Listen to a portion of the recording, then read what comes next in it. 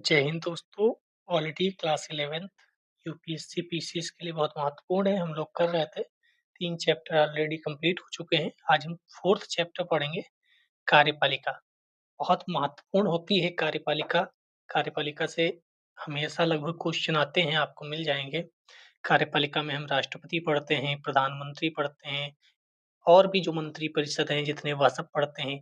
कार्यपालिका में ही आप आईएएस, आईपीएस, एसडीएम लोग जो आते हैं, वह कार्यपालिका के ही अंतर्गत कहीं ना कहीं हायरार्की में देखेंगे तो आएंगे। तो ये चैप्टर बहुत महत्वपूर्ण है समझना। अगर आप नए हैं तो थोड़ा चैनल पर विजिट करिए। आपके मतलब की काफ़ी चीज़ें फ्री ऑफ कॉस्ट पढ़ाई जा रही हैं। टेलीग्राम लिंक डिस्क्रिप्शन बॉक्स में, अगर आप ज्वाइन करना चाहते हैं, कुछ भी पूछना चाहते हैं, फ्री मेंटोरशिप लेना चाहते हैं, तो आप टेलीग्राम पर कुछ भी पूछ सकते हैं। वहाँ आपको यूपीएससी से रिलेटेड, पीसीएस से रिलेटेड सारी जानकारी मिल जाएगी। तो हम पिछले चैप्टर्स में पढ़ते हुए आ रहे हैं। हमारे यहाँ भारत में 3 ऐसी संस्थाएँ हैं या 3 भाग हैं जो पूरे देश को कहें तो चला रहे हैं। एक विधायिका, एक कार्यपालिका, एक न्यायपालिका। ये सरकार के 3 अंग हैं। विधायिका क्या करती है? कानून बनाती है। जो आप सांसद, विधायक चुनकर भेजते हो, वह जो संसद में या विधानसभा, विधान परिषद में बैठते हैं, उसको विधायिका कहते हैं। वह विधायक लोग होते हैं या तो सांसद लोग होते हैं। तो विधायिका का मतलब हो गया, जो सांसद विधायक होते हैं उन्हें हम विधायिका कह देंगे, जिनके अंतर्गत राष्ट्रपति और राज्यपाल भी आते हैं, क्योंकि वही कानून पे लास्ट में साइन करते हैं। तो विधायिका का काम क्या है? कानून बनाना। ठीक है? नियम बनाना, कानून बनाना, ये किसका काम है? विधायी का काम। कार्यपालिका फिर क्या करती है? जो कानून बन गए हैं उसे लागू करना, उसे जमीन तक पहुंचाना, उसे पूरे भारत में सही से डिस्ट्रीब्यूट करना।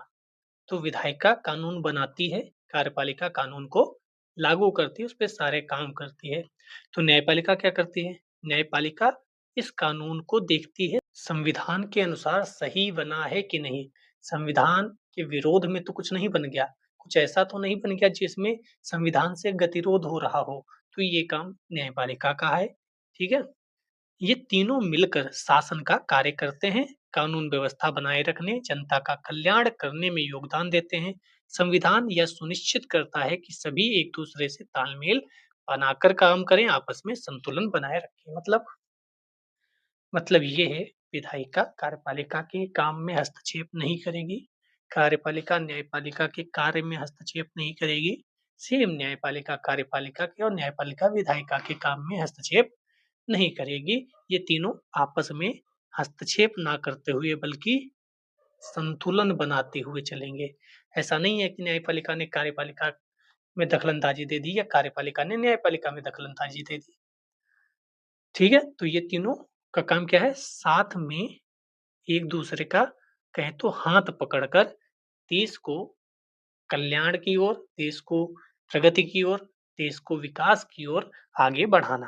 ठीक है? संसदीय व्यवस्था क्या है? जो हमारे यहाँ है, हम संसद लोगों को चुनकर भेजते हैं, हम विधायक लोगों को चुनकर भेजते हैं, फिर वह अपने नेता यानी कि प्रधानमंत्री या मुख्यमंत्री का चुनाव करते हैं। जैसे अभी बिहार में इलेक्शन हुआ, सभी विधायक चुनकर भेजे गए। अब विधायक क्या करेंगे? अपने मुख्यमंत्री का चुनाव करेंगे। ऐसे ही सांसद लोग अपने प्रधानमंत्री का, अपने मुख्य जो व्यक्ति है उसका चुनाव करते हैं। इसको संसदीय व्यवस्था कहते हैं। इस संसदीय व्यवस्था में कार्यपालिका और विधायिका एक दूसरे पर आश्रित हैं, क्योंकि जो मंत्री बनेंगे, जो प्रधानमंत्री बनते हैं, वह उस सांसद में से ही कुछ लोग होते हैं जो मंत्री बना दिए जाते हैं। कोई बाहर से तो नहीं आता, और कोई अगर बाहर से भी आ गया तो उसे भी सांसद बनना अनिवार्य होता है। ठीक है? आप प्रधानमंत्री देखोगे तो वह विधायिका का भाग है, क्योंकि सांसद हैं। आप गृह मंत्री, पेट्रोलियम मंत्री, रक्षा मंत्री, वित्त मंत्री, जनजातीय मंत्री, ये सब किसका पार्ट है? विधायिका का भी पार्ट है। ठीक है? क्योंकि सांसद हैं ये। तो उसी सांसद में से कुछ लोग कार्यपालिका के लिए चुन लिए जाते हैं। विधायिका कार्यपालिका को न केवल नियंत्रित करती है बल्कि उससे नियंत्रित भी होती है। अब दोनों में कुछ ऐसे लोग हैं जो दोनों जगह हैं। जैसे आपको मंत्री लोगों के नाम मैंने बताए, तो अब विधायिका में यानी कि सांसद में जितनी संख्या चाहिए, उतनी संख्या अगर मोदी जी को सपोर्ट ना करे, उतने सांसद मोदी जी को सपोर्ट ना करें, तो सरकार गिर जाएगी। तो सरकार जो बनी है वह विधायिका के ऊपर बनी है, लोकसभा के ऊपर बनी है।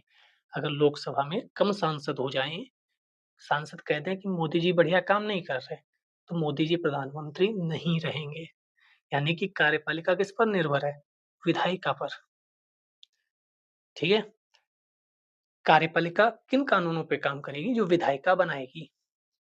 तो विधायिका कार्यपालिका को न केवल नियंत्रित करती है बल्कि उससे भी नियंत्रित होती है। दोनों एक-दूसरे पे कहीं न कहीं संबंध दिखते हैं।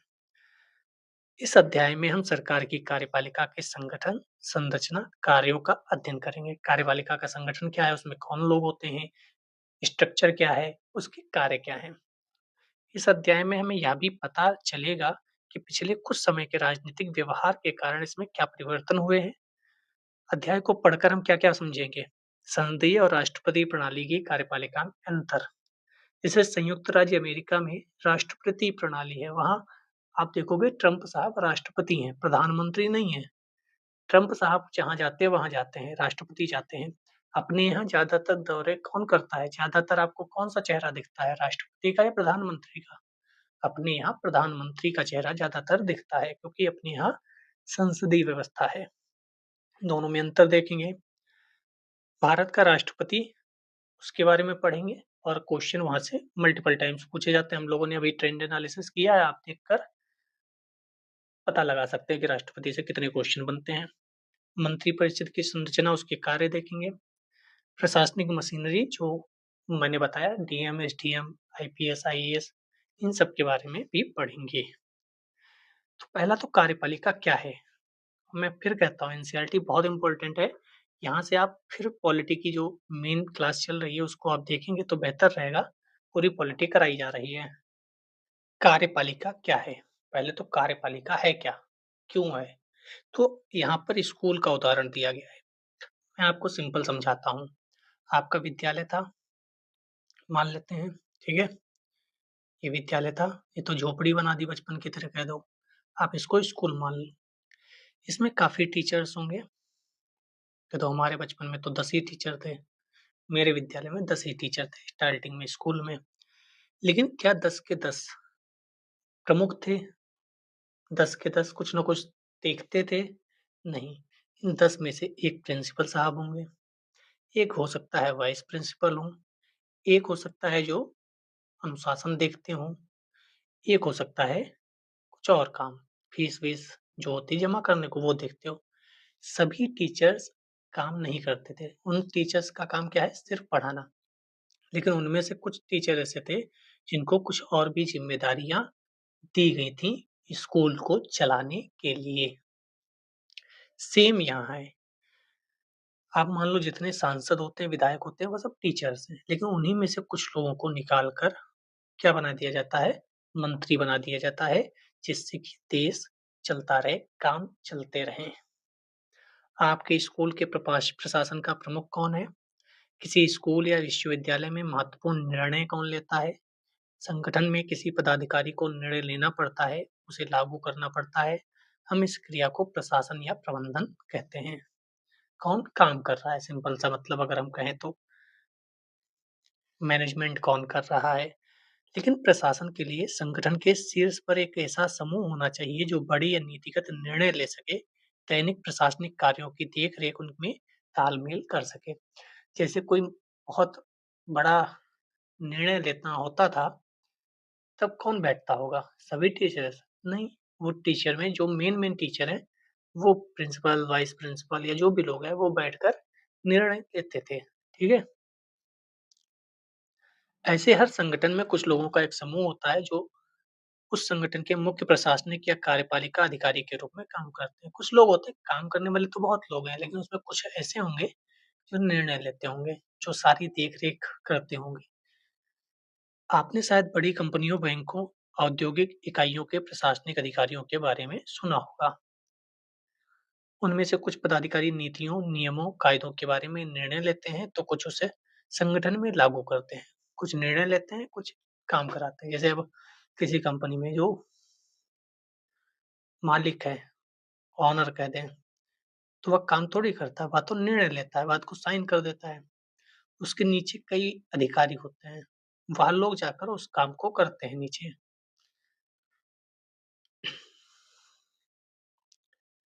कार्यपालिका का अर्थ व्यक्तियों के उस समूह से है जो कायदे कानून को संगठन में रोजाना लागू करते हैं। तो कार्यपालिका का मतलब क्या है? ऐसा समूह जो कायदे कानून को संगठन में रोजाना लागू करते हैं।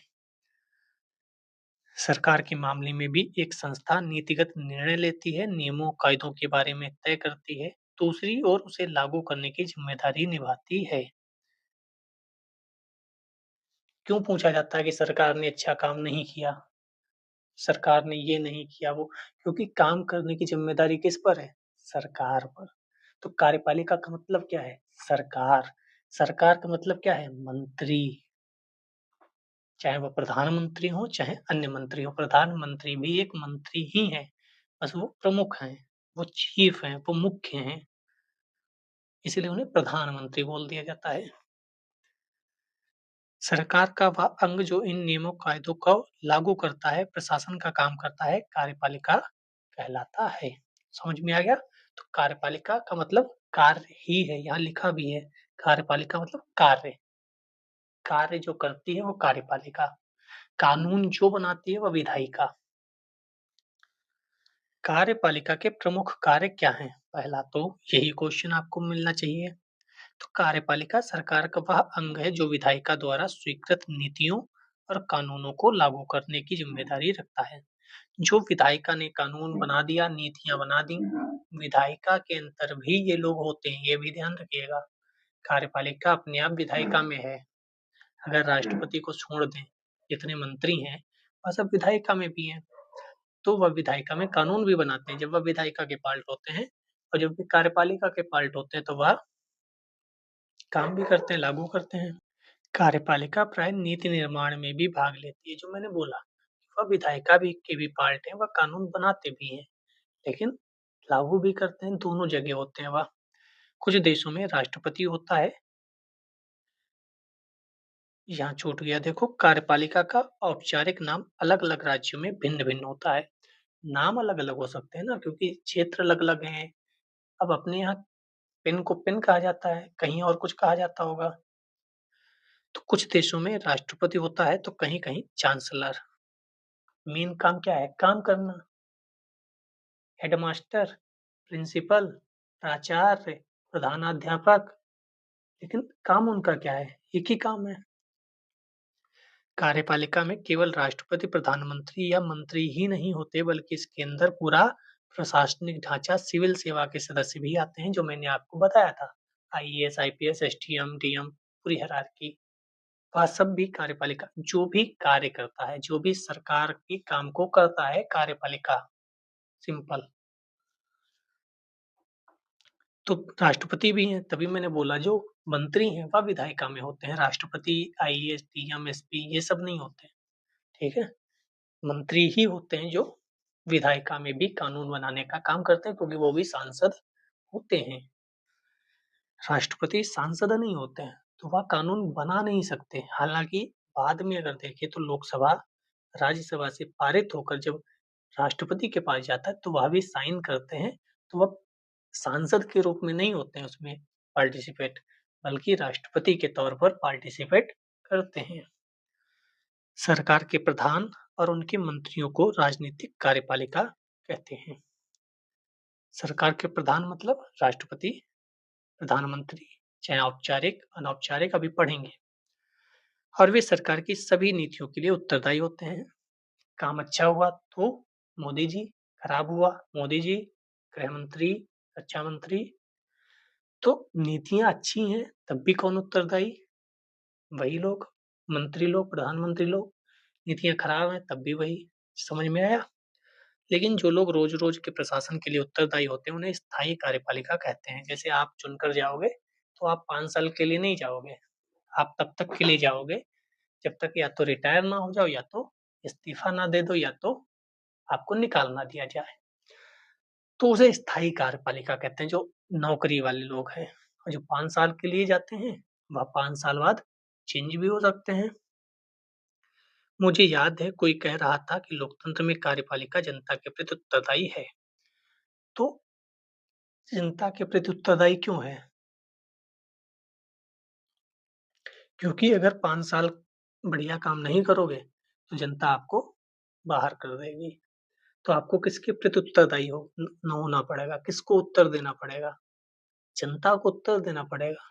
जनता ही आपको चुनकर भेजी है, ठीक है? जनता ने आपको शक्तियाँ दी हैं, संविधान के थ्रू। क्या यह बड़ी कंपनियों के बड़े अधिकारियों के लिए भी सही है? नहीं, कंपनी तो प्राइवेट है, कंपनी में जो सीईओ है, उसको मैंने तो चुनकर नहीं भेजा, जनता ने तो चुनकर नहीं भेजा। जनता जिसको बिठाती है, उससे प्रश्न पूछती है, वह उत्तरदायी होता है जनता के प्रति।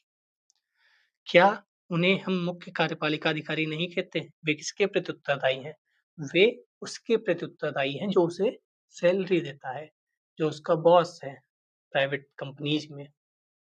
तो प्राइवेट कंपनीज़ में भी कार्यपालिका है, लेकिन वह अपने बॉस जो उन्हें सैलरी देता है, उसके प्रति उत्तरदायी है। यहाँ सरकार में जो लोग हैं, वह अगर इनडायरेक्टली देखें तो लोकसभा, एलएस मतलब लोकसभा के प्रति उत्तरदायी हैं और वैसे देखें तो जनता के प्रति उत्तरदायी हैं। इन दोनों में सही होगा। तो सरकार या तो लोकसभा के प्रति उत्तरदायी है या फिर जनता के प्रति उत्तरदायी है।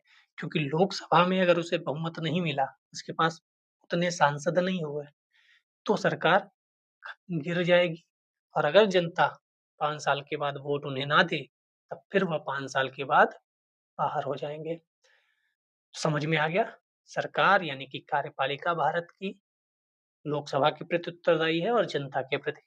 जो प्राइवेट कंपनीज़ में होते हैं, वह भी कार्यपालिका है, लेकिन वह अपने बॉस, ओनर जो पैसे दे रहा है, सैलरी दे रहा है, उसके प्रति उत्तरदायी हैं। अब कार्यपालिका कितने प्रकार की होती है? तो 2 तरह की होती होगी। पहली बात तो सभी देशों में एक ही तरह की कार्यपालिका नहीं होती। इतनी विशाल पृथ्वी है, इतने देश हैं, एक जैसा कैसे होगा?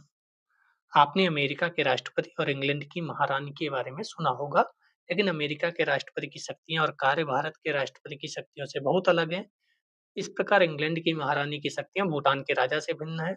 भारत, फ्रांस दोनों ही देशों में प्रधानमंत्री हैं, उनकी भूमिकाएँ अलग हैं, ऐसा क्यों? हम आपको समझा देते हैं। पहली बात तो यूएसए, ब्रिटेन और इंडिया, ये 3 देख लेते हैं। क्यों? क्योंकि हमने ज़्यादातर चीज़ें ब्रिटेन से ली हैं और यूएसए कंपेयर करने के लिए अच्छा है। तो यूएसए में आप देखते होंगे राष्ट्रपति डोनाल्ड ट्रंप, प्रेसिडेंट ओबामा, यानी कि यहाँ आप राष्ट्रपति सुनते होंगे, प्रधानमंत्री कभी नहीं सुनते होंगे, क्योंकि प्रमुख कौन है वहाँ? राष्ट्रपति। अपने यहाँ कौन प्रमुख है? किसका नाम ज़्यादातर सुनते हो? राष्ट्रपति का? नहीं, प्रधानमंत्री का। हालाँकि प्रमुख राष्ट्रपति हैं। आप कहोगे लो क्या कह रहे हो? हाँ, प्रमुख राष्ट्रपति हैं, लेकिन काम कौन देखता है? प्रधानमंत्री। तो औपचारिक तौर पर प्रमुख कौन है? राष्ट्रपति। मैं हमेशा एक ही एग्ज़ाम्पल से बताता हूँ, जो पुराने लोग हैं वो जानते हैं। आपके यहाँ मुख्य कौन है? तो आपके दादा या बाबा जी, जो भी बूढ़े हैं, पिता के पिता। लेकिन अगर आप देखोगे तो मेन कौन है? मेन वो है जो पैसा कमा रहा है, जो आपके पिताजी हैं।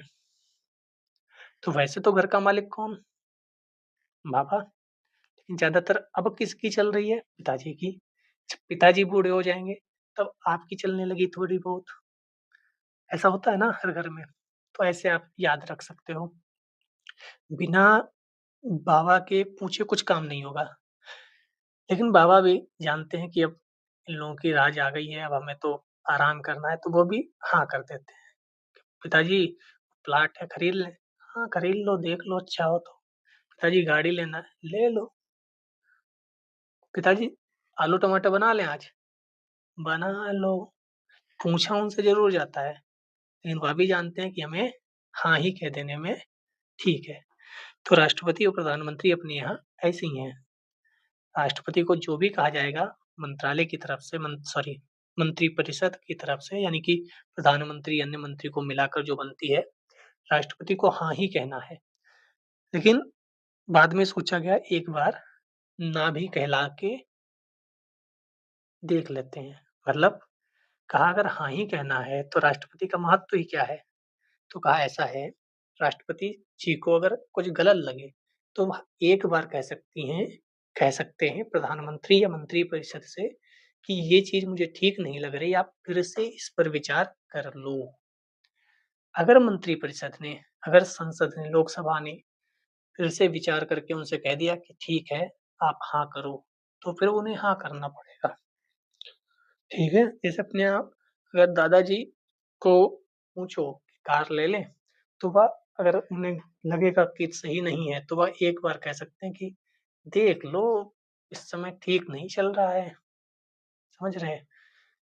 लेकिन बात को वो हाँ ही कर देते हैं। ब्रिटेन में क्या है?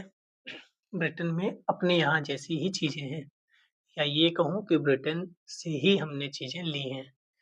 लेकिन अपने यहाँ पीएम और राष्ट्रपति है, यहाँ भी पीएम हैं, लेकिन इससे पहले राष्ट्रपति नहीं है, बल्कि कौन है? राजा या रानी।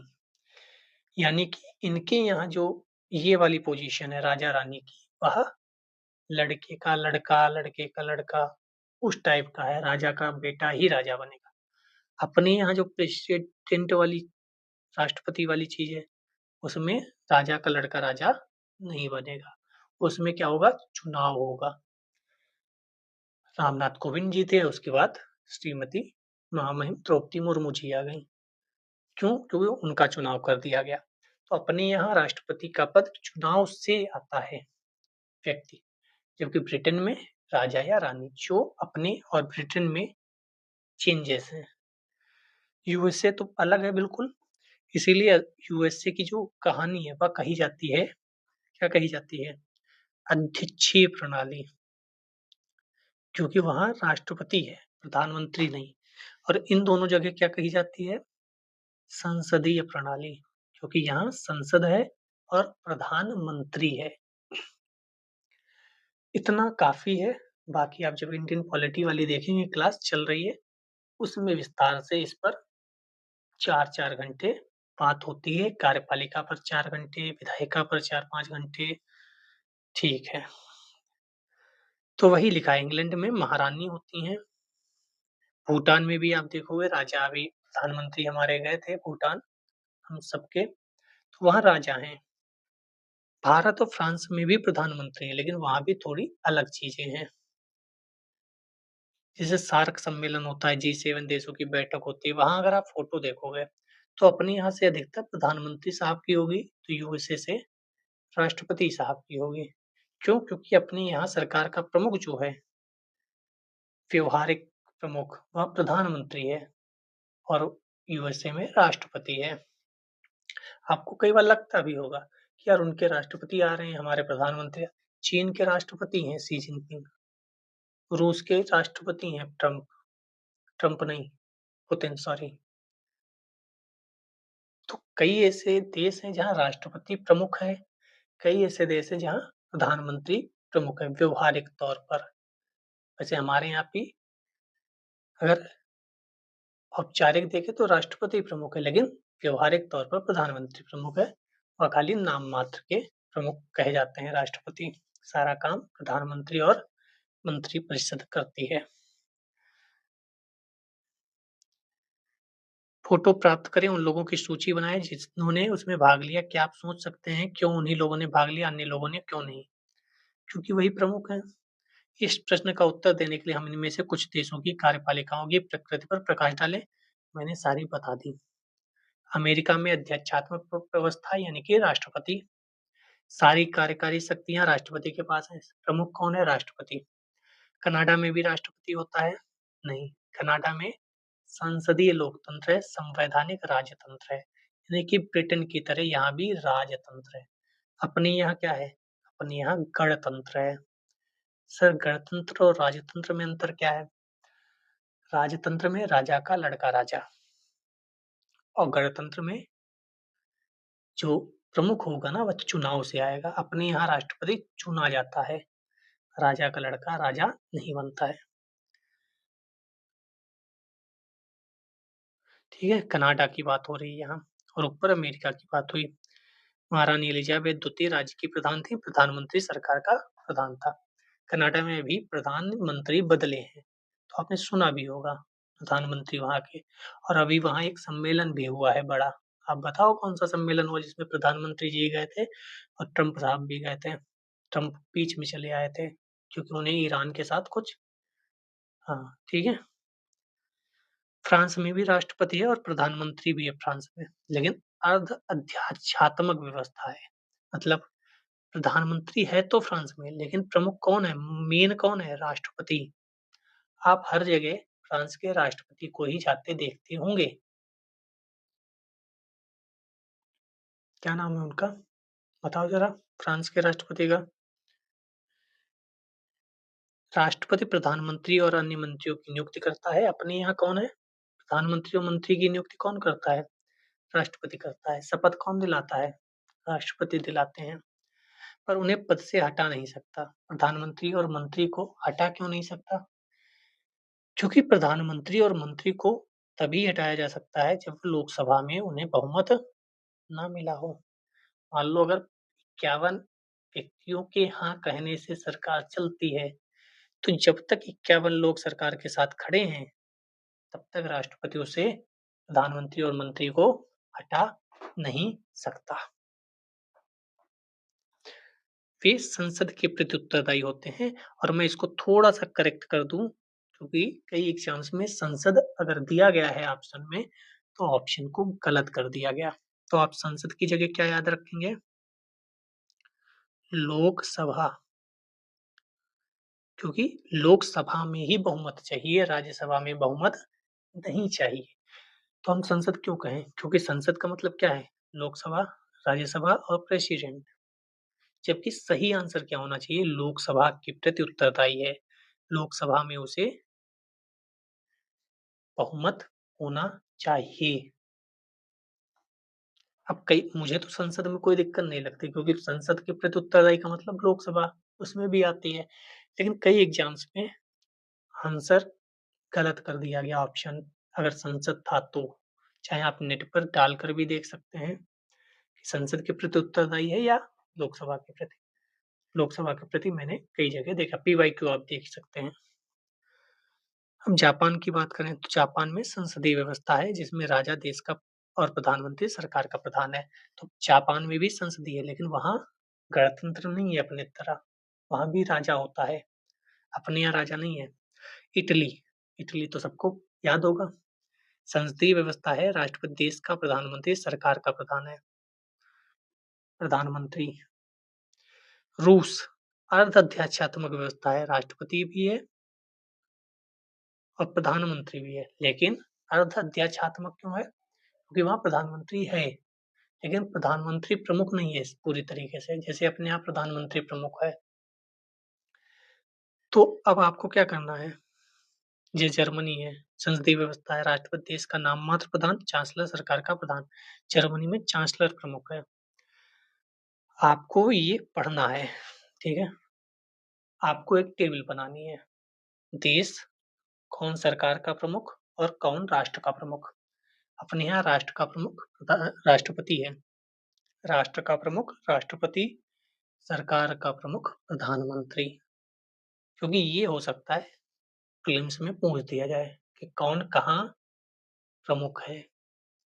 तो चांसलर कहाँ है? जर्मनी में। जर्मनी चांसलर आप 9th-10th की वर्ल्ड हिस्ट्री पढ़ोगे उसमें भी आपको जर्मनी पढ़ना पड़ता है, वहाँ भी चांसलर आपको पढ़ना पड़ता है, ठीक है? रूस आपको पढ़ा है आपने, जर्मनी पढ़ा है, जापान पढ़ा है।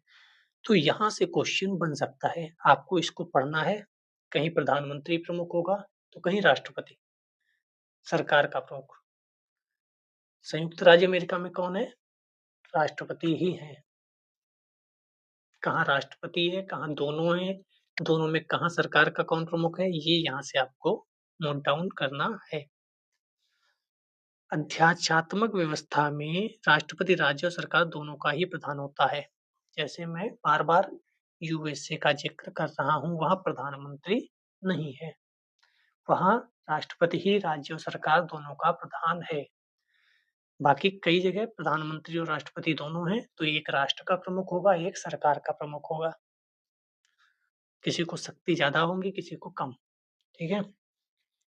इस व्यवस्था में सिद्धांत और व्यवहार दोनों में राष्ट्रपति का पद बहुत शक्तिशाली होता है। ट्रंप साहब जी देखो ना, जो मनाता है कहते हैं, क्यों? क्योंकि वहाँ वही पद शक्तिशाली है। अपने यहाँ राष्ट्रपति महोदय ज़्यादा बोलते हुए नहीं दिखेंगे। क्यों? क्योंकि उनका पद वो नहीं है कि आप सबको आंसर दो, सबको बोलो, ठीक है? वो सब प्रधानमंत्री का काम है। ऐसी व्यवस्था अमेरिका, ब्राज़ील, लैटिन अमेरिका के अनेक देशों में पाई जाती है। संसदीय व्यवस्था में क्या होता है? प्रधानमंत्री सरकार का प्रधान होता है। यहाँ ज़्यादातर प्रधानमंत्री का काम है, अपने यहाँ की व्यवस्था। तो 2 तरीके की याद रखना, एक अध्यात्मक और एक संसदीय। मेंस में भी क्वेश्चन पूछे जा चुके हैं। यहाँ पर देखो, कार्यपालिका के प्रकार सामूहिक नेतृत्व के सिद्धांत पर आधारित है और एक व्यक्ति के सिद्धांत पर। एक व्यक्ति मतलब ट्रंप याद रखिएगा हमेशा। तो अध्यात्मक और सामूहिक मतलब जहाँ एक ना हो, ज़्यादा हो, उसमें संसदीय भी आएगा, अर्ध अध्यात्मक आएगा। अर्ध अध्यात्मक मतलब इसकी तरह ही होगा, राष्ट्रपति ही देश का प्रमुख होगा, लेकिन प्रधानमंत्री भी वहाँ होगा।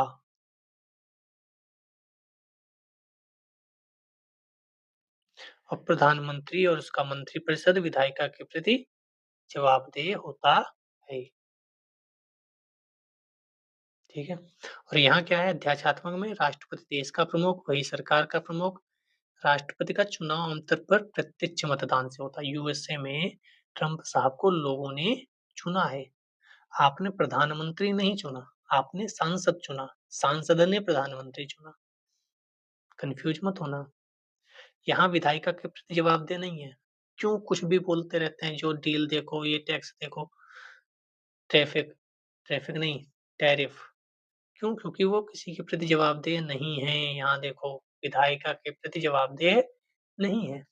अपने यहाँ प्रधानमंत्री महोदय कुछ करेंगे, कुछ काम करेंगे, तो उन्हें संसद में जवाब देना पड़ेगा कि आपने टैरिफ लगाया, तो ये कैसे भारत की अर्थव्यवस्था को फ़ायदा पहुँचाएगा? कहीं घाटा तो नहीं हो जाएगा? कहीं आप अर्थव्यवस्था को खराब तो नहीं कर रहे हैं? तो उन्हें जवाब देना पड़ेगा संसद में, लेकिन यहाँ इन्हें जवाब देना नहीं पड़ता। संसदीय व्यवस्था भारत में है। अब इसको देखो, सरकार के प्रमुख को आमतौर पर प्रधानमंत्री कहते हैं। अपने यहाँ सरकार किसकी है? सरकार का मतलब क्या कहा जाता है? सरकार जवाब दे, मोदी जी जवाब दें, यही तो कहा जाता है। तो सरकार का प्रमुख कौन? प्रधानमंत्री। जो भी जवाबदेही है, प्रधानमंत्री की प्रमुख है, क्योंकि वो मेन है सभी मंत्रियों में। विधायिका में बहुमत वाले दल का नेता होता है। अपने यहाँ जिसके पास ज़्यादा सांसद उसकी प्रधानमंत्री, उसकी सरकार। वह विधायिका के प्रति जवाबदेह होता है।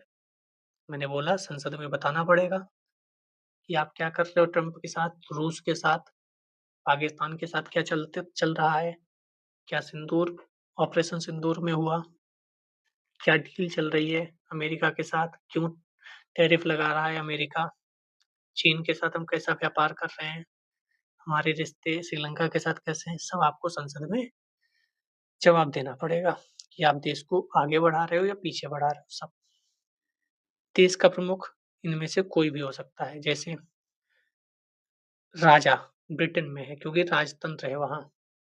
अपने यहाँ राष्ट्रपति है, क्यों? संसदीय है, गणतंत्र है। ये दोनों औपचारिक होते हैं, मतलब इनकी देख-रेख में काम होता है, ये कह सकते हो। ये काम नहीं करते, ये काम करवाते हैं। काम कौन करता है? प्रधानमंत्री और मंत्री लोग, ठीक है?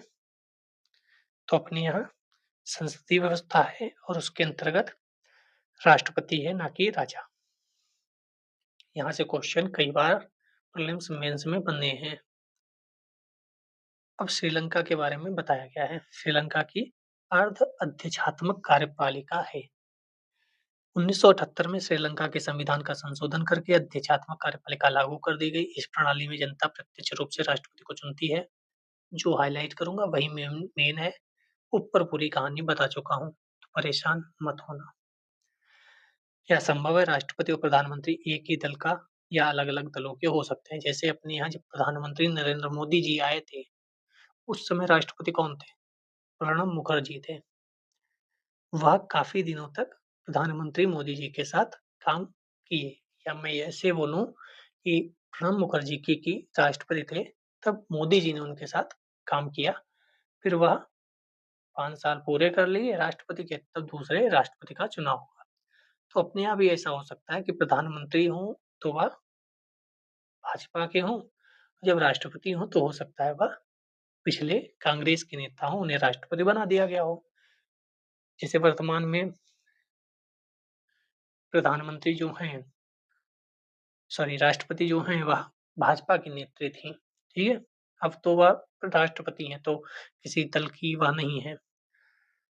हो सकता है सरकार ना बनती भाजपा की, कांग्रेस की आ जाती, तो क्या राष्ट्रपति भी चेंज हो जाता? नहीं, राष्ट्रपति किसी दल का नहीं होता है, वो अपने संवैधानिक पद पर है, जिसकी सरकार बनेगी, उस सरकार को राष्ट्रपति के साथ और राष्ट्रपति को उस सरकार के साथ देश को आगे बढ़ाना होता है। तो दोनों अलग दल से भी हो सकते हैं। संविधान राष्ट्रपति को व्यापक शक्तियाँ देता है, अपने यहाँ भी दी गई हैं। राष्ट्रपति संसद में बहुमत वाले दल के सदस्यों में से प्रधानमंत्री चुनता है। मंत्रियों के लिए संसद का सदस्य होना अनिवार्य है। राष्ट्रपति प्रधानमंत्री दूसरे मंत्रियों को हटा सकते हैं। राज्य का निर्वाचित प्रधान, सशस्त्र सेनाओं का प्रधान, सेनापति, उन्हीं के अतिरिक्त राष्ट्रपति सरकार का भी प्रधान होता है। राष्ट्रपति 6 वर्ष के लिए चुना जाता है। ये 6 वर्ष कहाँ है? श्रीलंका में। अपने यहाँ 5 वर्ष, 5 वर्ष अपने यहाँ। तो ये राष्ट्रपति के बारे में श्रीलंका की बात हो रही है, तो पढ़ लीजिएगा। तिहाई बहुमत से हटा सकता है, तो अपने आप ही हटा सकते हैं राष्ट्रपति को, ठीक है। अब इसमें मेंस में क्वेश्चन कैसे बन सकता है? यही बन सकता है कि मेंस में भारत और श्रीलंका की कार्यपालिका में क्या अंतर है? कुछ उदाहरणों सहित स्पष्ट कीजिए, व्याख्या कीजिए ऐसा कुछ। तो आपको मेंस के लिए ये क्वेश्चन तैयार रखना है। संसदीय व्यवस्थाओं में एक राष्ट्रपति या राजा होता है। अपने यहाँ राष्ट्रपति संसद में ब्रिटेन में राजा है।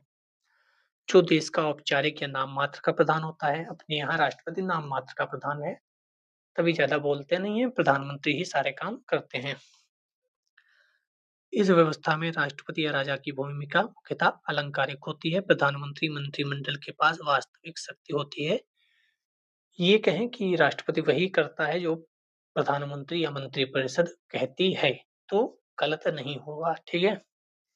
तो राष्ट्रपति केवल साइन करने के लिए है, ऐसा भी कई बार बड़े नेताओं द्वारा पूरे विश्व में आरोप लगाया जाता है कि क्या ही काम है राष्ट्रपति का, जब प्रधानमंत्री या मंत्रिपरिषद के कहने पर ही उसे सारे काम करने हैं। तो इसको हम विस्तार से पढ़ेंगे जब पॉलिटी पढ़ेंगे, अभी तो एनसीईआरटी पढ़ रहे हैं। जर्मनी, इटली, जापान, इंग्लैंड, पुर्तगाल में यह व्यवस्था है, लेकिन आपने देखा कि कहीं चांसलर है तो कहीं राजा है। फिर आता है अर्ध-अध्यक्षात्मक व्यवस्था, जहाँ राष्ट्रपति प्रधानमंत्री दोनों होते हैं, लेकिन संसदीय व्यवस्था के खिलाफ विपरीत देखें तो यहाँ राष्ट्रपति प्रमुख होता है। फिर से समझो, देखो, संसदीय व्यवस्था में प्रमुख काम कौन करता है? प्रधानमंत्री। तो राष्ट्रपति क्या हुआ? नाम मात्र का, सिग्नेचर करने के लिए। अर्ध अध्यक्षात्मक व्यवस्था में काम कौन करेगा? राष्ट्रपति, ठीक है? राष्ट्रपति के पास सभी शक्तियां होती हैं। कभी-कभी राष्ट्रपति और प्रधानमंत्री दोनों ही एक दल के हो सकते हैं, लेकिन जब कभी वे दो अलग-अलग दलों के होते हैं, उनमें आपस में विरोध होता है। फ्रांस, रूस, श्रीलंका में ऐसी व्यवस्था है। तो आप बस जो हाइलाइट किया है उसको ध्यान से देखो। संसदीय व्यवस्था मतलब भारत। कौन प्रमुख है? ज़्यादातर काम कौन करता है? प्रधानमंत्री।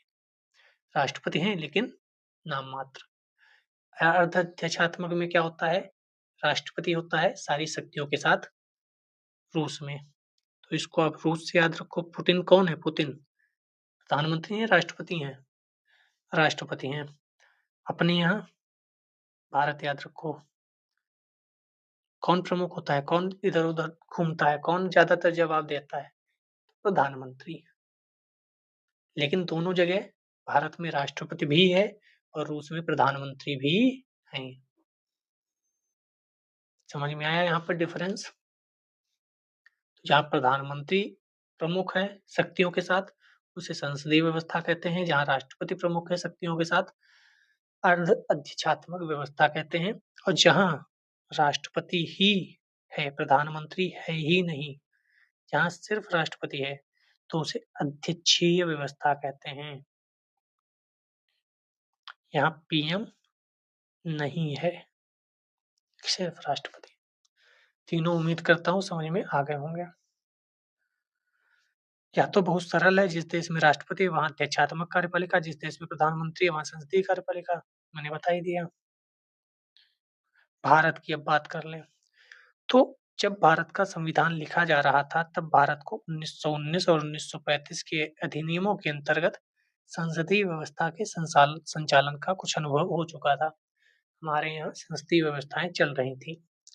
हमने पहला ही चैप्टर जो पढ़ा था पॉलिटी में, जो मेन पॉलिटी की क्लास चल रही है, उसमें हम लोगों ने यही देखा था कि कैसे 1773 से 1947 तक कानून बने, क्योंकि पॉलिटी में कानून पढ़ने पड़ेंगे।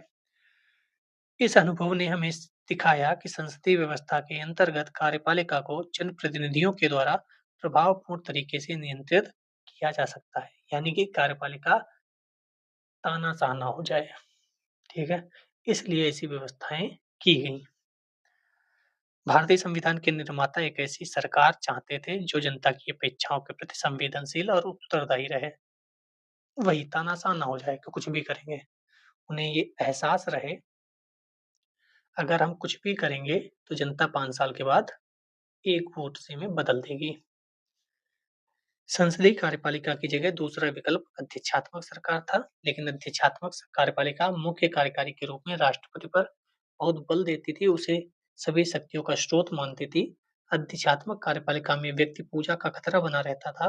जैसे आप देखो ना ट्रंप को देखकर आपको समझ में आ जाएगा कि अपने यहाँ अध्यक्षात्मक व्यवस्था क्यों नहीं लागू की, क्योंकि फिर वो समझेगा मैं हूँ, जो निर्णय लेना है ले लो, किसी के प्रति उत्तरदायी नहीं हूँ, 4 साल तक कोई मुझे हटा नहीं सकता, बन गया तो बन गया।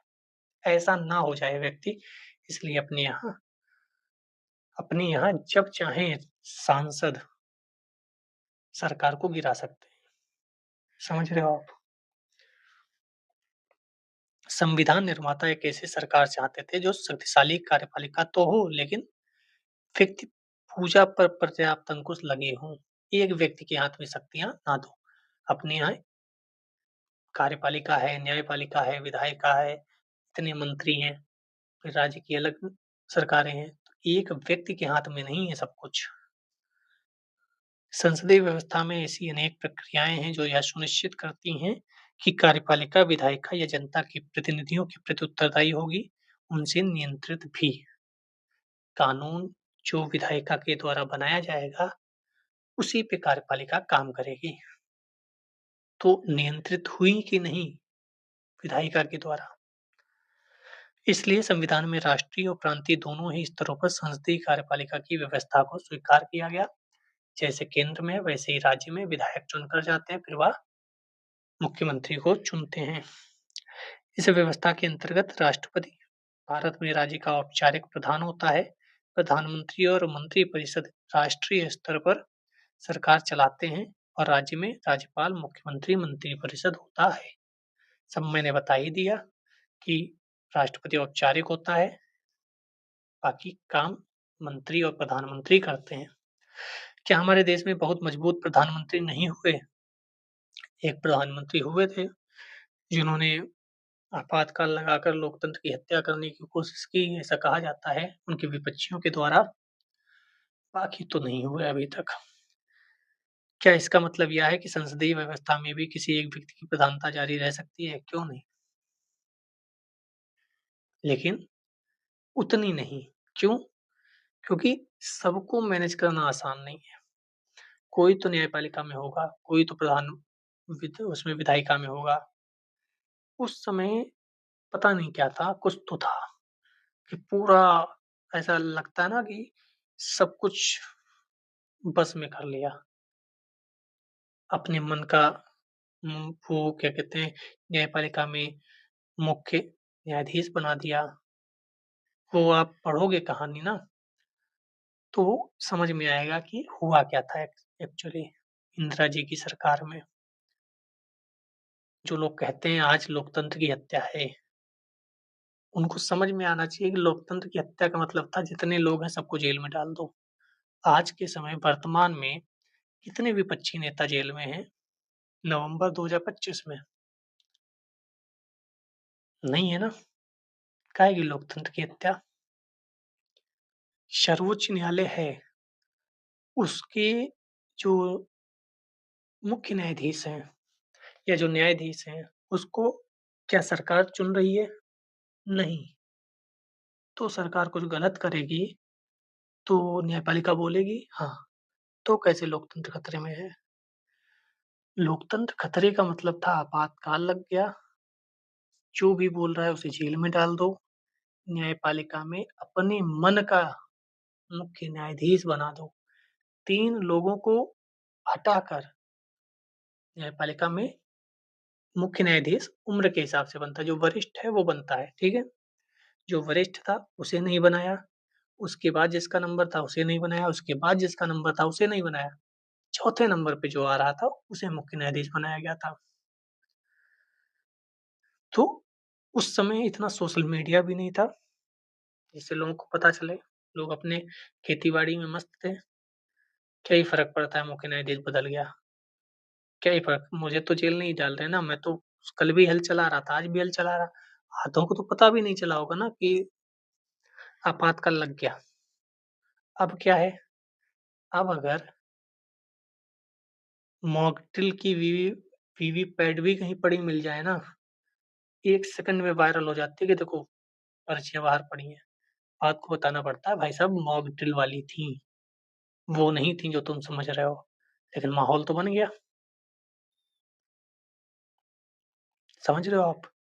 खुद के नेता की बीवी के 3 जगह वोट हों, कोई दिक्कत नहीं है। सामने वाले का मिल जाए तो दिक्कत है। तो काफ़ी चीज़ें हैं, गलत हैं, न्यायपालिका जाओ। न्यायपालिका नहीं जाएँगे अपन, ठीक है? तो अगर उस समय तानाशाही आसान थी, आज नहीं है। क्यों? क्योंकि आज सोशल मीडिया है। तब तो जनता और विधायिका को लगातार सचेत रहने की ज़रूरत है। यस, क्यों नहीं? लेकिन सचेत दोनों लोगों से ज़रूरत है कि फर्जी में तो चीज़ नहीं चल रही, ये भी ध्यान रखने की आवश्यकता है और सच में तो नहीं चल रही, ये भी ध्यान रखने की आवश्यकता है। अब देखो, भारत के संविधान में औपचारिक रूप से कार्यपालिका की शक्ति राष्ट्रपति को दी गई है, पर वास्तव में प्रधानमंत्री के नेतृत्व में बनी मंत्रिपरिषद के माध्यम से राष्ट्रपति इन शक्तियों का प्रयोग करता है। मतलब सारी खेती बाबा के नाम पर है, जैसे आप लोग दादाजी कहते हो। सारे चेक उनके नाम पे बनते हैं, जो प्लॉट वगैरह हैं उनके नाम पर हैं। लेकिन उनकी देख-रेख कौन कर रहा है? खेती कौन कर रहा है? गाड़ी कौन चला रहा है? मकान कौन बनवा रहा है? तो उनके बेटे बनवा रहे हैं, पिताजी आपके चाचा-ताऊ बनवा रहे हैं। तो वही यहाँ पर है। औपचारिक शक्ति अगर देखें तो राष्ट्रपति के पास है, सब कुछ राष्ट्रपति के पावर में है। लेकिन काम सब कौन कर रहा है? मंत्रिपरिषद और उसका एक प्रमुख बनाया गया प्रधानमंत्री। राष्ट्रपति 5 वर्ष के लिए चुना जाता है। राष्ट्रपति पद के लिए सीधे जनता के द्वारा निर्वाचन नहीं होता, क्योंकि प्रधानमंत्री का होता ही है, तो फिर से इतनी बड़ी चुनाव प्रक्रिया क्या ज़रूरत है? राष्ट्रपति का निर्वाचन अप्रत्यक्ष तरीके से होता मतलब हम लोग जिन सांसद विधायकों को चुनकर भेजते हैं, जिन सांसद विधायकों को हम लोग वोट देते हैं, वह लोग राष्ट्रपति को वोट देते हैं। जिन सांसद विधायक को हम लोग वोट देते हैं, वह राष्ट्रपति को वोट देते हैं। तो राष्ट्रपति का निर्वाचन हम लोग नहीं बल्कि निर्वाचित विधायक और सांसद करते हैं। निर्वाचित विधायक सांसद मतलब जिन विधायक सांसदों को हम लोग जनता चुनकर भेजती है। ध्यान रखिएगा। यह निर्वाचन समानुपातिक प्रतिनिधित्व प्रणाली और एकल संक्रमणीय मत के सिद्धांत के अनुसार होता है। मतलब जैसे आप जाते हो ना, कांग्रेस, भाजपा इन सब के चुनाव चिन्ह होते हैं, तो उसकी बटन को दबा देते हो। एक बटन दबा दी, कांग्रेस को वोट पड़ गया। मान लो आप कांग्रेस को वोट नहीं देना चाहते हैं, भाजपा को देना चाहते हैं, तो भाजपा वाली बटन दबा दी, हो गया। लेकिन समानुपातिक प्रतिनिधित्व प्रणाली जो है ना, यहाँ पर उसका मतलब ये नहीं है। उसका मतलब ये है कि यहाँ पर कुछ लोगों के नाम लिखे हैं, तो आपको सबको वोट देना है। सबको मतलब, हाँ, आपको ये बताना है कि सबसे ज़्यादा आप पसंद किसे करते हो। मान लो मैं बी वाले को सबसे ज़्यादा पसंद करता हूँ, तो मैंने 1 लिख दिया। अगर कोई कहे बी ना हो मान लो, तो किसे चुनोगे? तो मैं कहूँगा बी ना हो तो ए को चुनूँगा। तो मैं 1 पर 2 लिख दूँगा, क्योंकि इसके बाद मैं इसको पसंद करता हूँ। फिर किसी ने कहा सबसे बेकार कौन है ये बताओ अच्छा, जिसको कभी नहीं चुनना चाहोगे? तो मैंने कहा सी वाले को तो कभी नहीं चुनूँगा, तो उसपे 4 लिख दिया और यहाँ 3 लिख दिया। मतलब अगर इन चारों में चुनना होगा तो हम बी को चुनेंगे। अगर बी ना होता तो मैं ए को चुनता, ए भी ना होता तो मैं डी को चुनता, डी भी ना होता तब मजबूरी में सी को चुनता। तो ये 1, 2, 3, 4 लिखना पड़ता है। इसको समानुपातिक प्रतिनिधित्व प्रणाली कहते हैं। अगर आप स्नातक कर चुके होंगे तो आप एमएलसी का चुनाव होता है, तो उसमें आप देखते होंगे आने वाला है यूपी में, लोग कहेंगे इनके नाम के आगे 1 लिखना, क्योंकि उसमें समानुपातिक प्रतिनिधित्व प्रणाली एकल संक्रमणीय मत होता है। बाकी इसको विस्तार से पॉलिटी वाली मेन क्लास में पढ़ेंगे। केवल संसद ही राष्ट्रपति को महाभियोग की प्रक्रिया द्वारा हटा सकती है। आर्टिकल 61। देखो, चुनते विधायक भी हैं और सांसद भी हैं, लेकिन हटाने की बात होगी कि राष्ट्रपति को हटाया जाए तो केवल संसद ही, यानी कि सांसद ही हटा सकते हैं। सांसद, और यहाँ देखें तो निर्वाचित सांसद थे, लेकिन यहाँ हटाने की प्रक्रिया में सभी सांसद आ जाएंगे। हटाएंगे कौन? सभी सांसद।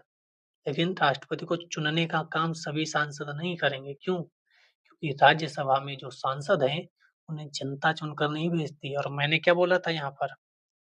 राष्ट्रपति को वह चुनते हैं जिनको हम चुनकर भेजते हैं। राज्यसभा के सांसद को हम चुनकर नहीं भेजते हैं, बल्कि विधायक चुनकर भेजते हैं। पिछले अध्याय में हमने पढ़ा कि इस प्रक्रिया के लिए संसद में विशेष बहुमत की जरूरत होती है। महाभियोग केवल संविधान के उल्लंघन के आधार पर लगाया जा सकता है। केवल पर ध्यान रखना, अगर राष्ट्रपति महोदय संविधान का उल्लंघन कर रहे हैं तो उन्हें हटाया जा सकता है। अनुच्छेद 74(1) में राष्ट्रपति को सहायता सलाह देने के लिए मंत्रिपरिषद होगी, जिसका मुख्य, जिसका नेतृत्व करता प्रधानमंत्री होगा। राष्ट्रपति अपने काम इन लोगों की सलाह के अनुसार करेगा। तो मेन कौन है? राष्ट्रपति ही है, लेकिन वह काम किसके सलाह पर करता है? काम किससे कराता है? राष्ट्रपति प्रधानमंत्री और मंत्रिपरिषद से काम कराता है।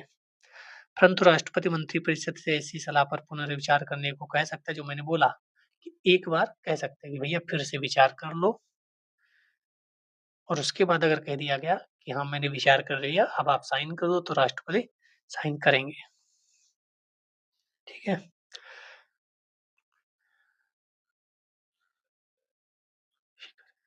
इस ही पर काम किया, मतलब उन्हीं के अनुसार ही काम करेगा। राष्ट्रपति प्रधानमंत्री मंत्रिपरिषद के अनुसार ही काम करेगा बस। राष्ट्रपति मंत्रिपरिषद की सलाह मानने को बाध्य है। ये उस समय कहा किया गया था जब इंदिरा जी थी प्रधानमंत्री। उन्होंने कहा जो प्रधानमंत्री कहेगा, मंत्रिपरिषद कहेगा, राष्ट्रपति उसे मानने के लिए बाध्य है। बाद को जनता दल की सरकार आई तो उन्होंने कहा राष्ट्रपति को थोड़ा इज्जत दो, ऐसे ना कहो। तो बाद में उसने, जनता दल की सरकार ने एक बार पुनर्विचार की बात कह दी कि राष्ट्रपति महोदय एक बार सरकार को भेज सकते हैं कि भैया फिर से विचार कर लो, हमें कुछ ठीक नहीं लग रहा। तो जब 42वां और 44वां संविधान संशोधन 1976 और 1978 देखोगे, इनमें ये सब कहानी मिलेगी। 42वां संविधान संशोधन जिसे मिनी कॉन्स्टिट्यूशन, लघु संविधान कहा जाता है, इंदिरा गांधी जी की सरकार में, उसमें ये थोड़ा-सा राष्ट्रपति को कम शक्तियों की बात कही थी कि हम जो कहें वही मानो टाइप। इसको तानाशाही कहते हैं। राष्ट्रपति महोदय वही मानो जो मैं कहती हूँ। इधर न्यायपालिका को भी अपने हिसाब से चला दिया।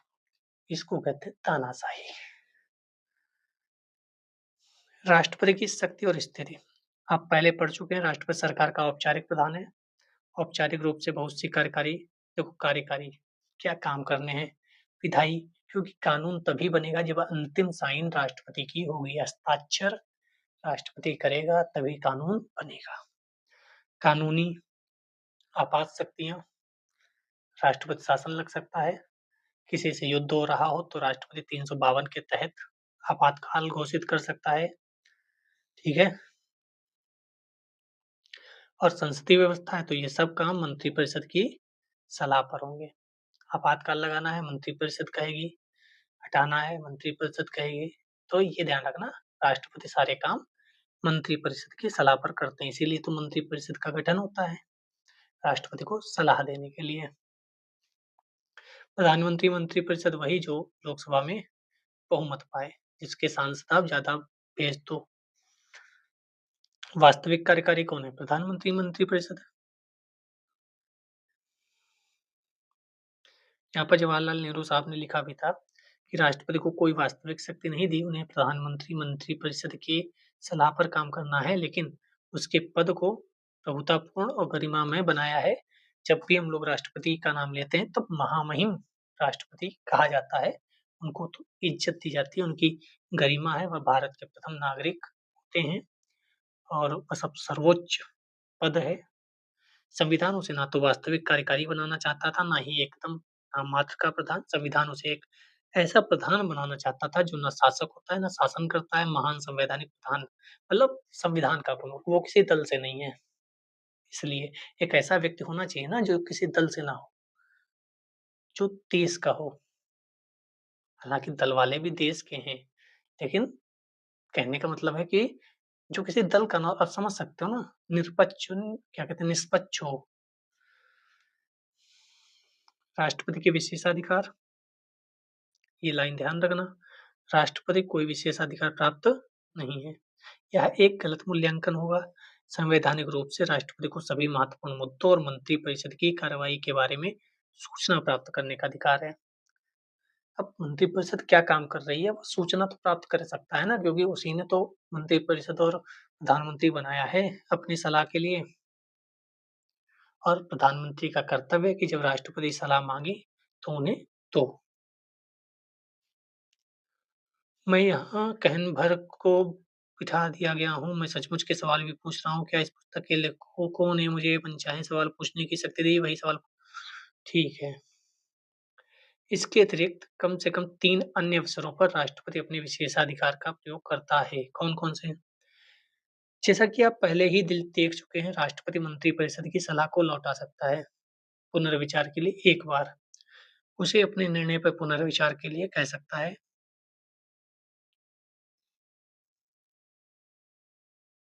कब-कब कह सकता है? जब उसको लगता है कानूनी रूप से कोई कमी है तो कह देगा भैया फिर से विचार कर लो, कुछ गलत है, फैसला देश हित में नहीं है।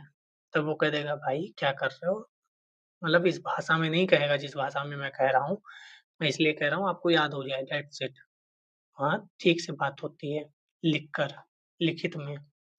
तो फैसला देश हित में नहीं है तो वह निर्णय के लिए, पुनर्विचार के लिए भिजवा सकते हैं। और दोबारा अगर भेज दिया गया तो उन्हें साइन करना ही होगा। लेकिन ये एक अ, मोरल ड्यूटी हो जाती है कि राष्ट्रपति महोदय वापस कर रहे हैं, तो आपको ध्यान रखना है कि भाई कुछ गलत है सच में, उस पे विचार करो। अहंकार मत रहो, नहीं, नहीं मैं देख लिया, ठीक है आप करो, ऐसा नहीं है, ठीक है? जैसे एक आया था पुनर्विचार के लिए, राष्ट्रपति महोदय ने वापस किया, तो सरकार ने फिर से उसको नहीं भेजा सरकार की तरफ। राष्ट्रपति की तरफ। उन्हें लगा कि ठीक है, राष्ट्रपति ने अगर वापस किया इसका मतलब ये उतना ठीक नहीं है, छोड़ो इसे, जाने देते हैं, नहीं बनाते हैं इसको कानून। क्या कभी कोई महिला भी राष्ट्रपति हुई है? पहली महिला राष्ट्रपति का नाम बताओ।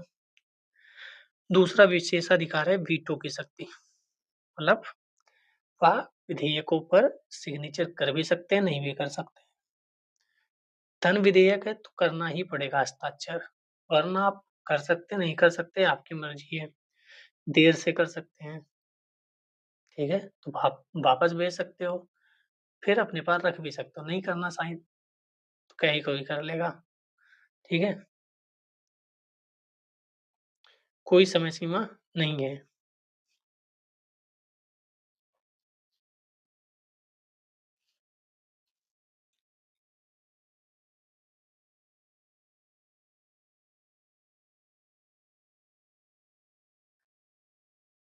इसको पढ़ लेना पॉज करके, इसमें कुछ नया नहीं लिखा है। यही लिखा है कि भारतीय पोस्ट ऑफिस संशोधन विधेयक था, इसकी आलोचना हुई थी तो राष्ट्रपति महोदय ने इस पे साइन नहीं किया कि देश की जनता जो है वह बहुत आलोचना कर रही है, आप लोगों ने ऐसा अधिनियम बना दिया, संशोधन कर दिया, हम साइन ही नहीं करेंगे। फिर दूसरे राष्ट्रपति आते हैं, उनके उन्होंने देखा तो उन्होंने फिर से भेज दिया सरकार को, फिर से विचार कर लो।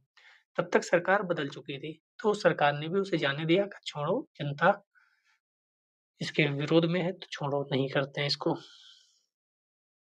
ठीक है। बाकी तो पढ़ ही चुके हो। पॉकेट वीटो का मतलब जेब में रख लो, भूल जाओ, साइन ही नहीं करेंगे, जाओ। तीसरा है, जब राजनीतिक परिस्थितियों के कारण पैदा हो, जैसे प्रधानमंत्री की मृत्यु हो जाए अगर, तो कौन होगा बहुमत दल का नेता? जैसे इंदिरा गांधी जी की मृत्यु हो गई थी, तो प्रधानमंत्री किसे बनाया जाए? तो ये भी विशेषाधिकार है। औपचारिक रूप से राष्ट्रपति प्रधानमंत्री की नियुक्ति करता है, सामान्यतः अपनी संसदीय व्यवस्था में लोकसभा के बहुमत दल का नेता होता है। जैसे अभी विधायक बने हैं बिहार में, वह जिनको कहेंगे कि नीतीश कुमार को हम अपना नेता चुनते हैं, तो नीतीश कुमार सीएम बन जाएंगे। उन्होंने कहा जय भाई को चुनते हैं तो जय भाई बन जाएंगे मुख्यमंत्री, ठीक है। तो जिसको चाहेंगे उसको बना देंगे। होता तो ऐसे है, लेकिन उसकी नियुक्ति में राष्ट्रपति के विशेषाधिकार का कोई प्रश्न ही नहीं है। लेकिन कुछ ऐसी परिस्थितियां होती हैं जिसमें उसे निर्णय लेना पड़ता है, जैसे लोकसभा में बहुमत प्राप्त ना हो, जैसे बिहार में किसी को भी। हालांकि ये बात राष्ट्रपति के लिए हो रही है, जैसे ही राष्ट्रपति होता है वैसे ही राज्य में राज्यपाल होता है, तो वहां भी इलेक्शन हुए हैं, तो वहां से आप समझ सकते हो, इसीलिए मैं बता रहा हूँ, ठीक है। जैसे दिल्ली में समझ लो, सारे सांसद गए चुनकर, सांसदों ने कहा हम मोदी जी को अपना नेता चुनते हैं, मोदी जी ने अपना पेश किया प्रस्ताव, और वह प्रधानमंत्री बन गए, शपथ ले लिया उन्होंने। मान लो प्रधानमंत्री नरेंद्र मोदी जी के पास इतने सांसद ना होते जितने चाहिए थे सरकार बनाने के लिए, और नहीं ही थे, आंध्र प्रदेश के सीएम और बिहार के सीएम और कई लोगों से मिलकर सारे सांसद जुटे, तब जाकर वह संख्या पूरी हुई जिस संख्या की जरूरत होती है प्रधानमंत्री बनने के लिए। तो अगर किसी के पास संख्या नहीं है जितनी चाहिए, तो राष्ट्रपति या मुख्यमंत्री उस दल को आमंत्रित करता है सरकार बनाने के लिए जिसके पास सबसे ज्यादा सांसद या सबसे ज्यादा विधायक होते हैं, क्योंकि सबसे ज्यादा जिसके पास है उसके पास पहला मौका होना चाहिए। इसके अतिरिक्त यह भी सोचें कि यदि गठबंधन बनाने के प्रयास के बाद भी 2 या 3 नेता यह दावा करें कि उन्हें लोकसभा में बहुमत प्राप्त है, तो क्या होगा? राष्ट्रपति को यह निर्णय करना होगा कि वह किसे प्रधानमंत्री नियुक्त करे। इस समय विशेषाधिकार का प्रयोग करेंगे और बहुमत का समर्थन प्राप्त है या कौन सरकार बना सकता है, कौन सरकार चला सकता है, इस पर वह लोगों को बुलाएंगे। 1989 में हुआ, 98 में हुआ, ठीक है।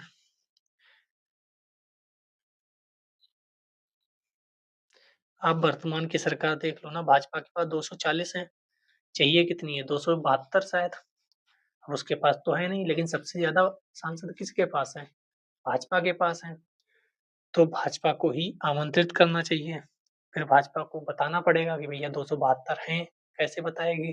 तो वह अन्य दलों से संपर्क करती है कि भाई हमें समर्थन दे दो। तो चिराग जी ने कहा कि भाई 5 सांसद हमारे हैं, हम आपको समर्थन देते हैं। 240 से 245 हो गए। फिर चंद्रबाबू नायडू आते हैं कि भैया हमारे पास भी सांसद हैं, हम भी आपको समर्थन देते हैं। बिहार से नीतीश बाबू ने कहा हम भी आपको समर्थन देते हैं। ऐसे मिला के 292 से ज़्यादा सांसद हो गए। चाहिए कितने थे? 272। आंकड़ा पहुँच गया 292, उससे भी ज़्यादा। तो अब सरकार बन जाएगी।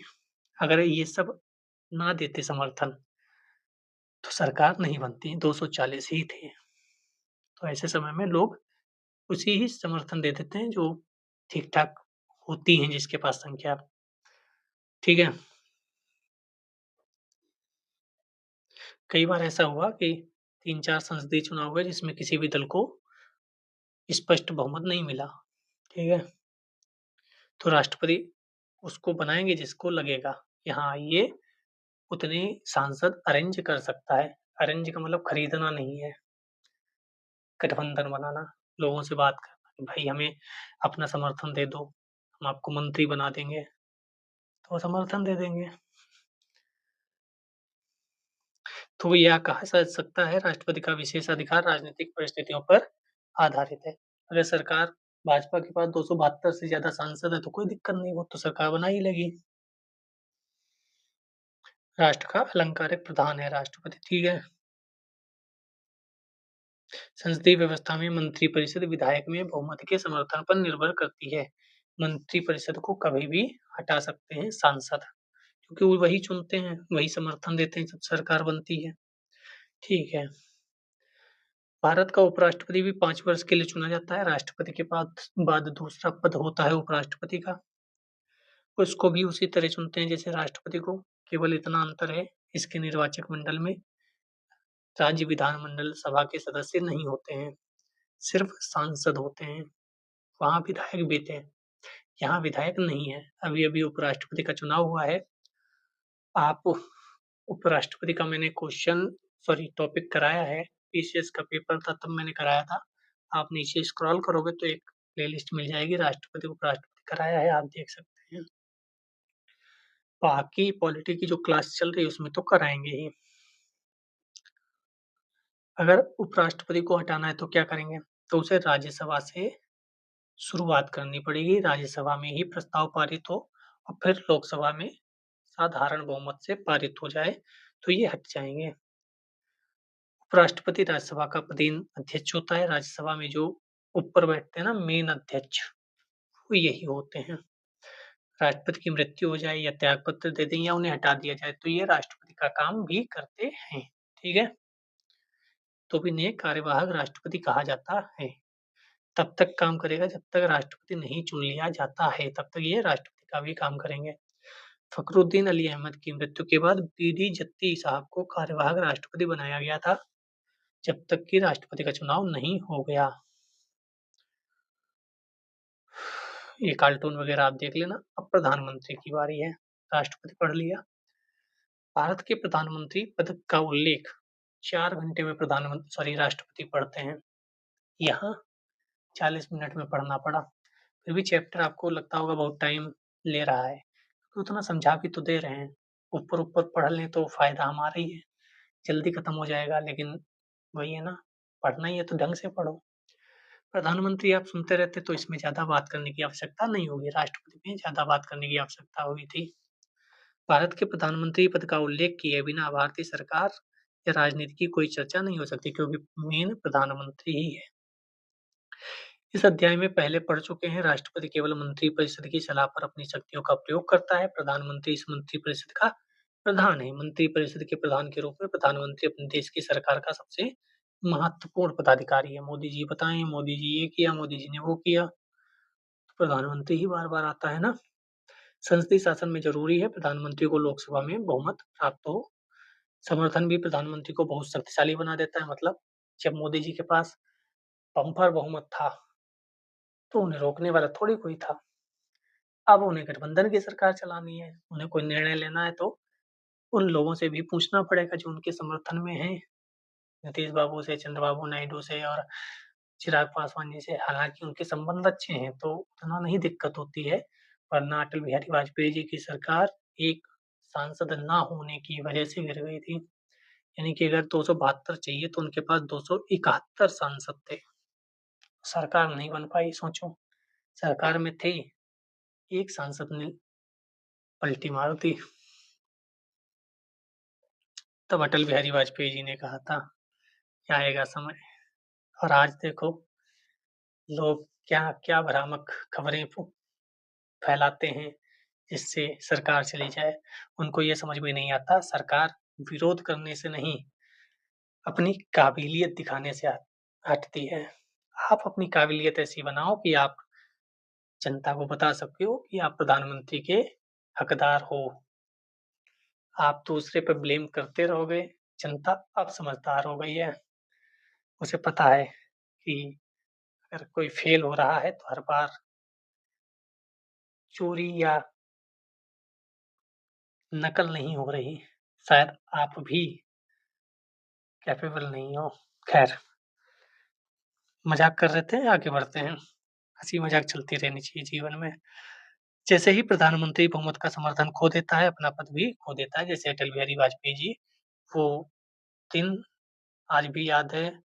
मतलब हम तो नहीं थे उस समय, बहुत छोटे थे। लेकिन वो वीडियो आप देखेंगे तो आपको सच में आँखों में आँसू आ जाएँगे कि इतना बढ़िया व्यक्ति, जिसको सब पसंद करते हैं, सत्ता पक्ष, विपक्ष, और एक सांसद ने पलटी मार दी। आज उस सांसद का भी हश्र वैसे ही है, एक-एक वोट को तरसता है। खैर, स्वतंत्रता के बाद कई वर्षों तक कांग्रेस पार्टी का लोकसभा में बहुमत बना रहा। 1989 में अनेक ऐसे अवसर आए जब लोकसभा में किसी भी दल को बहुमत नहीं मिला। गठबंधन का तालमेल ठीक रहा तो सरकार चली, वरना सरकार नहीं चली। ठीक है, जिसके पास बहुमत का समर्थन हो, उस राष्ट्रपति उसे ही प्रधानमंत्री नियुक्त कर देगा, कोई दिक्कत नहीं। प्रधानमंत्री तय करता है मंत्रिपरिषद में कौन-कौन हो। नरेंद्र मोदी जी ने तय किया कि उनकी सरकार में कौन-कौन क्या बनेगा, गृह मंत्री कौन बनेगा, रक्षा मंत्री कौन बनेगा, प्रधानमंत्री तय करता है। मंत्री के अलग-अलग स्तर होते हैं, ठीक है? मंत्री होता है, राज्य मंत्री होता है, उप मंत्री होता है। क्वेश्चन पूछा जाता है कि संविधान में ये वर्गीकरण है? नहीं, संविधान में सिर्फ इतना लिखा है कि मंत्री होंगे, कि राज्य मंत्री, उपमंत्री, प्रधानमंत्री कुछ नहीं लिखा। मतलब ये जो मंत्री, राज्य मंत्री, उपमंत्री संविधान में नहीं, संविधान में मंत्री है, सिर्फ मंत्री। राज्यों में ऐसे ही मुख्यमंत्री की बात होगी जैसे यहाँ प्रधानमंत्री की बात है। जैसे यहाँ राष्ट्रपति है वैसे राज्यपाल होता है प्रदेश में। संसद का सदस्य हुए बिना भी कोई व्यक्ति, हाँ, बार-बार आप कह रहे हो सांसद ही बनते हैं प्रधानमंत्री, मंत्री, ऐसा है? नहीं, ऐसा नहीं है। कोई भी व्यक्ति कोई भी व्यक्ति प्रधानमंत्री और मंत्री बन सकता है। सांसद नहीं है, वह भी बन सकता है। आप अगर 25 साल की उम्र पूरी कर चुके हो, तो आप लोकसभा के सदस्य बनने की अर्हता पूरी करते हो। यानी आप मंत्री और प्रधानमंत्री बनाए जा सकते हो। कब तक? 6 महीने तक। 6 महीने में आपको या तो लोकसभा में या राज्यसभा में कहीं सदस्य बनना पड़ेगा। यानी अगर आप 25 साल के हो चुके हो, तो आपको प्रधानमंत्री या मंत्री बनाया जा सकता है। 6 महीने के बाद अगर नहीं कहीं के बन पाए तो हट जाना, क्या ही फ़र्क पड़ेगा? प्रधानमंत्री तो हो गए ना। तो ये लाइन याद रखना, सांसद ही प्रधानमंत्री बन सकते हैं, गलत। कोई भी भारत का नागरिक जो 25 वर्ष की उम्र पूरी कर चुका है और उसका निर्वाचन नामावली में नाम होना चाहिए, तभी शायद होगा, ठीक है? संविधान में क्या विचार था ये पढ़ लेना पॉज़ करके। मंत्रिपरिषद का आकार कितना होगा? 272 को बना दें क्या मंत्री? नहीं। तो ये अटल बिहारी वाजपेयी जी की ने बहुत अच्छा काम किया था। 91वां संविधान संशोधन 2003, उन्होंने कहा 15% से अधिक ना होगी। कितने? 15%। जितने लोग हैं उनमें से मंत्री 15% ही बनाओ। ऐसा नहीं कि सबको मंत्री बना दे रहे हैं। कहें कितने सदस्य? कहें 200। मंत्री कितने? 200। हर व्यक्ति मंत्री। ऐसा ना हो।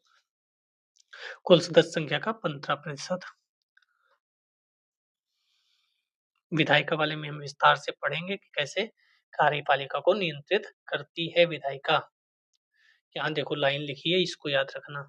वहाँ मैंने बताई थी ना, मंत्रिपरिषद लोकसभा के प्रति सामूहिक रूप से उत्तरदायी होती है। सरकार लोकसभा में अगर विश्वास खो देती है तो त्यागपत्र देना पड़ेगा। मतलब अगर उसकी संख्या 272 से कम हो गई, समर्थन देने वाले कम हो गए, तो उसे सरकार से इस्तीफा देना पड़ेगा।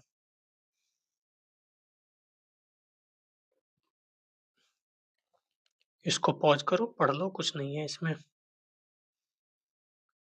ये ध्यान रखना, अगर प्रधानमंत्री त्यागपत्र दे दे या उसकी मृत्यु हो जाए तो सारे मंत्री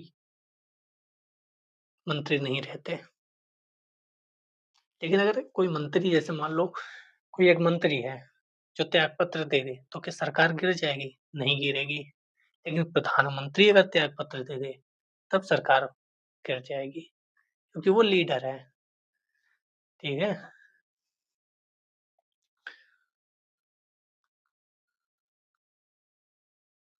बाकी ये पढ़ लेना। प्रधानमंत्री जो है वह राष्ट्रपति और मंत्रिपरिषद के बीच सेतु का काम करता है। प्रधानमंत्री ज्यादातर मिलने जाते हैं राष्ट्रपति महोदय से, अलग और मंत्री नहीं जाते ज्यादातर, देखा होगा।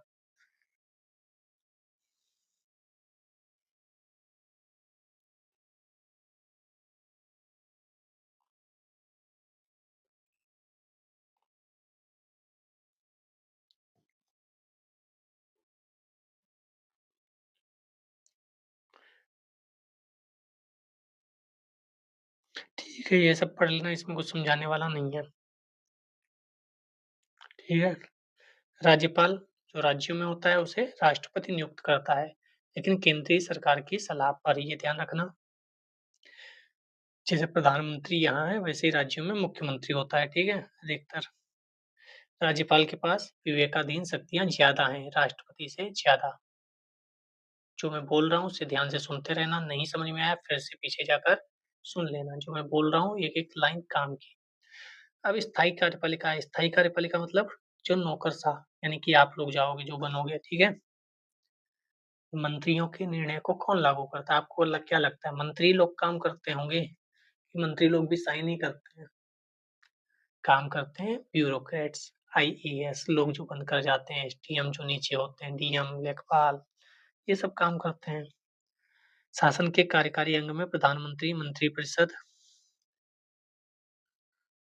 नौकरशाह, प्रशासनिक मशीनरी, ये सब आते हैं। नागरिक सेवा कहते हैं, सिविल सर्विस।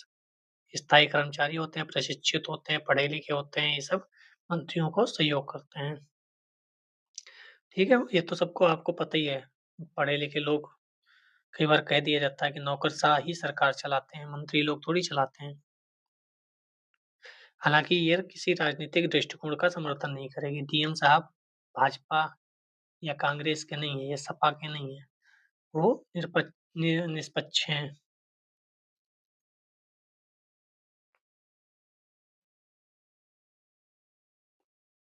और एक सेतु का काम भी करते हैं, जैसे बीजेपी है, ये हट जाए, कांग्रेस आ जाए अगर, हालांकि मुश्किल है। मुश्किल क्या है, मतलब अभी तो नहीं आएगी, जैसा देखा जा रहा है।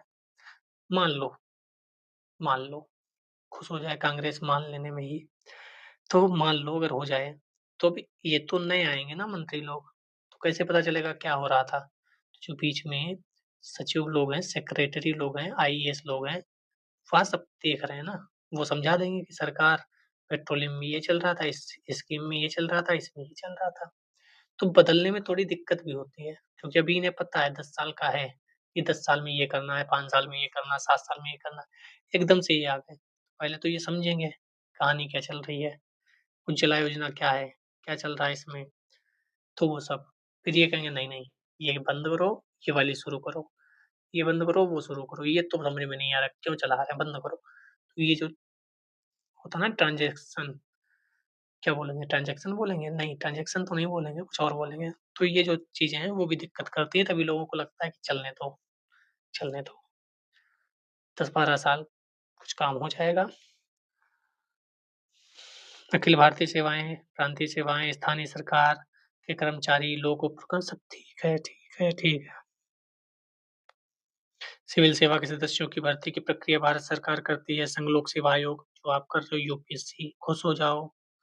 वैसे लोक सेवा आयोग का पीसीएस वाला है, पीएससी, स्टेट पीएससी और भी अनेक हैं।